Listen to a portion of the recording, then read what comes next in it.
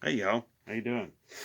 Um, Today I'm back out here in the garage, and we're back on the $50 318. This is the carburetor I just got done rebuilding.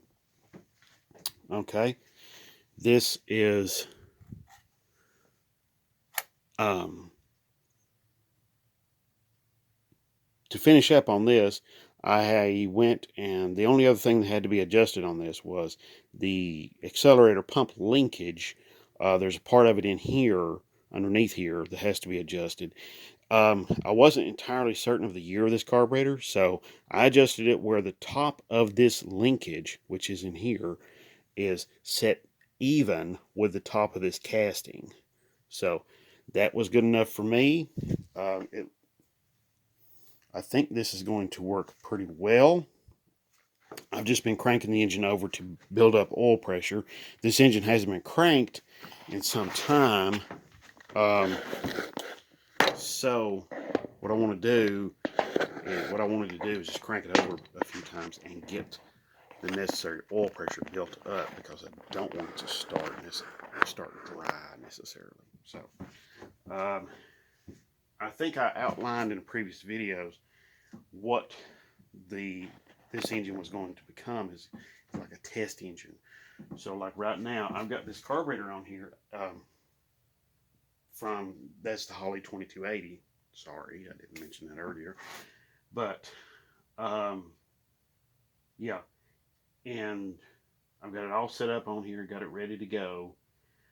The other things are that this is going to be a test engine, as you can see, for this carburetor, but it's also going to be a test engine for some other intakes, some other carburetors. I've got a couple of thermoquads over there. I'm going to probably take both of them and build one good thermoquad carburetor. And then test it out on this. So I'm also going to be putting a radiator on this, and a water pump and pulleys and all of that on the front of this, so that I can run this for a long period of time. I'm not getting it too hot and that sort of thing. If I don't do that, then this will be somewhat of an unknown quantity. Okay, so that's what I'm talking about. All right, let's see. Let's hook up the ignition. I've got my starter. Well, I had my starter button hooked up. So let's just hook this back up. Plug this back up. I stepped on the wires. So, all right, starter button is hooked back up again, and so we'll go ahead and hook up. Fuel line's hooked up. Let's get the ignition wire hooked up here. So let's see. Yep. Okay. All right. Ignition is on. I've already got some fuel in the tank here. I'm going to put this up here on the shelf to kind of get it up higher, so it has some gravity to push it down into the carburetor. Now, if you haven't gathered by now, this engine cannot run very long, because if it does, it may cause it to. If it runs too long, it will cause it to have problems. It'll overheat, so we don't want that. All right, so here we go.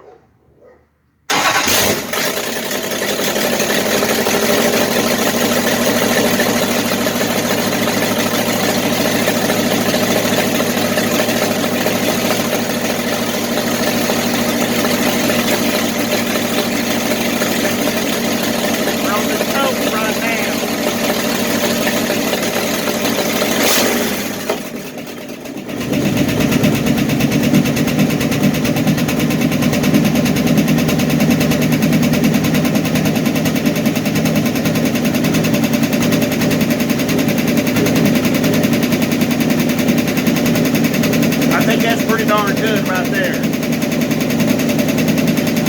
Smoke is normal for the chuck the lifter. I got a lifter pecking. Like I said, this thing hasn't been running in 2 or 3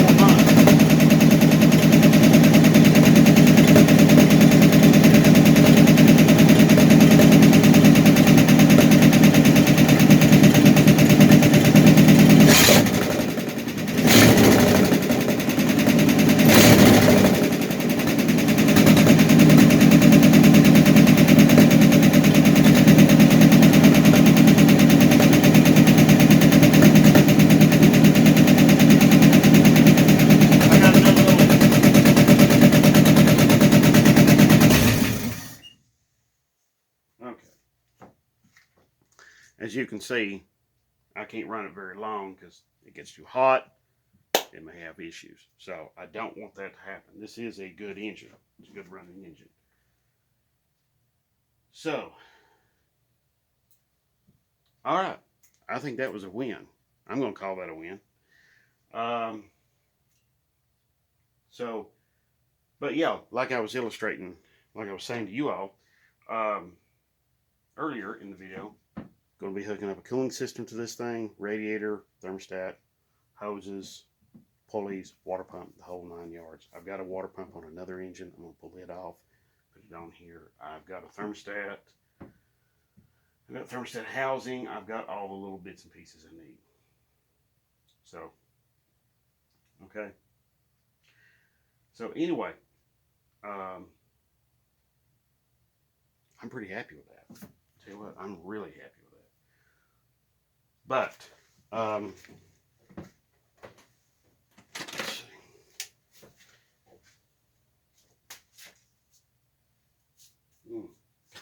Got a little bug on me there.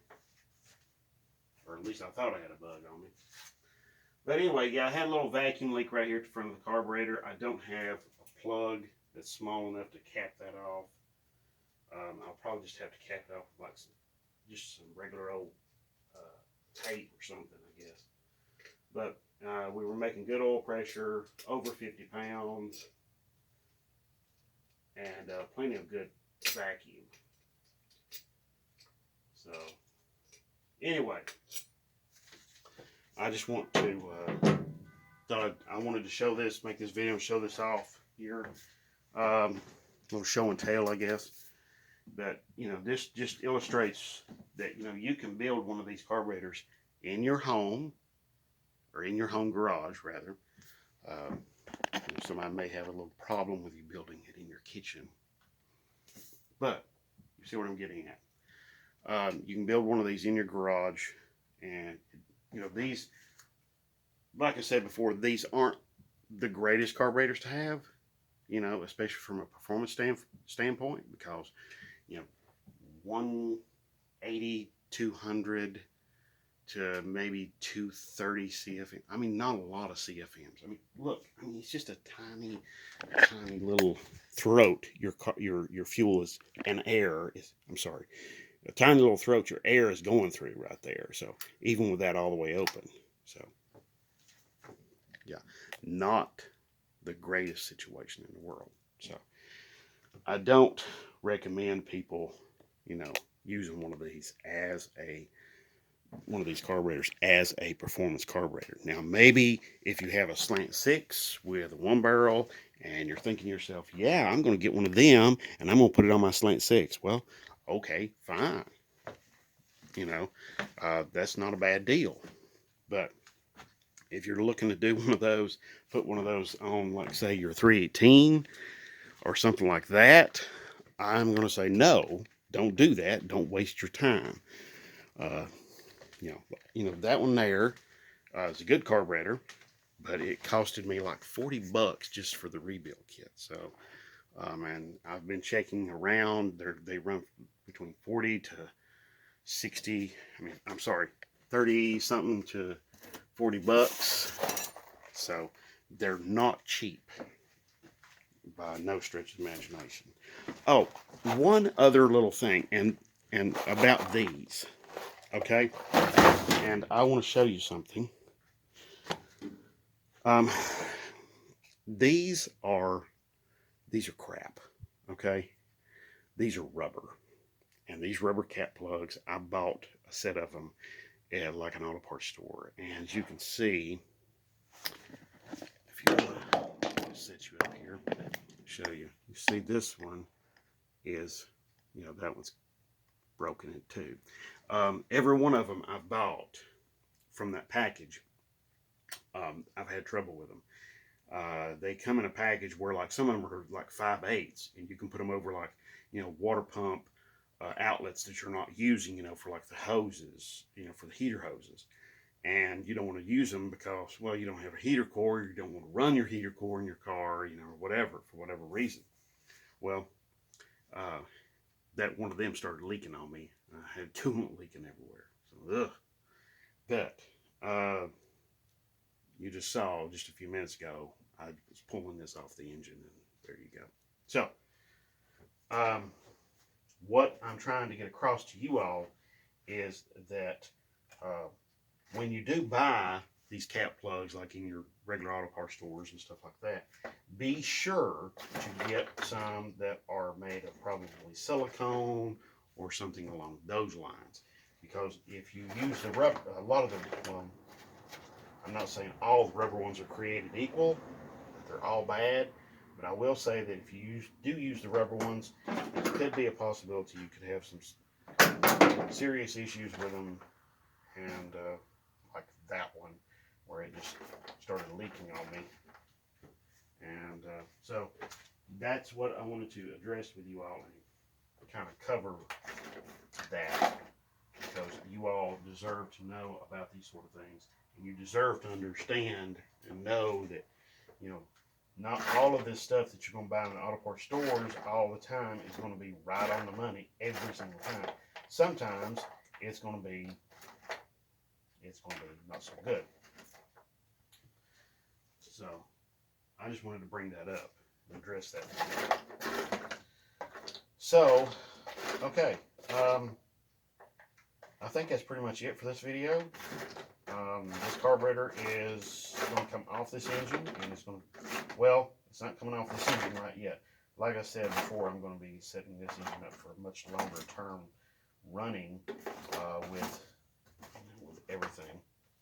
And so, when I do that, I'm going to then I'm going to run that engine with that carburetor for long term, and then be able to really test it a lot more intently.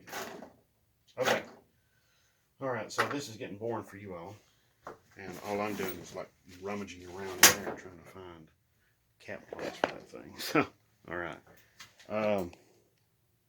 But yeah, like I was saying, you can build one of these carburetors in your own garage. It doesn't take like serious, super professional equipment. Like I've shown you in the videos, you can do this. It's not that hard. And if you can build one of these, you can build virtually any carburetor out there, whether it be one of these monsters, or it's you know. So here's the carburetor that was on the $50 318, and it was doing fantastic. And that one I put together from parts, like 3 or 4 different carburetors, and I just had gaskets laying around and all of that stuff. So I didn't even use a real kit. You know, I just set it all up, set the float, set everything, and it actually worked out really well. So there you go. All right. Thank you very much for watching. I do appreciate you all. I really do appreciate you all sending me the comments and everything like that. But if you have any other further comments, questions, ideas, anything, put them down below in the comment section. I'll do my very best to get back to you. And thank you so much. And have yourselves a great day, and God bless. Okay? Thank you.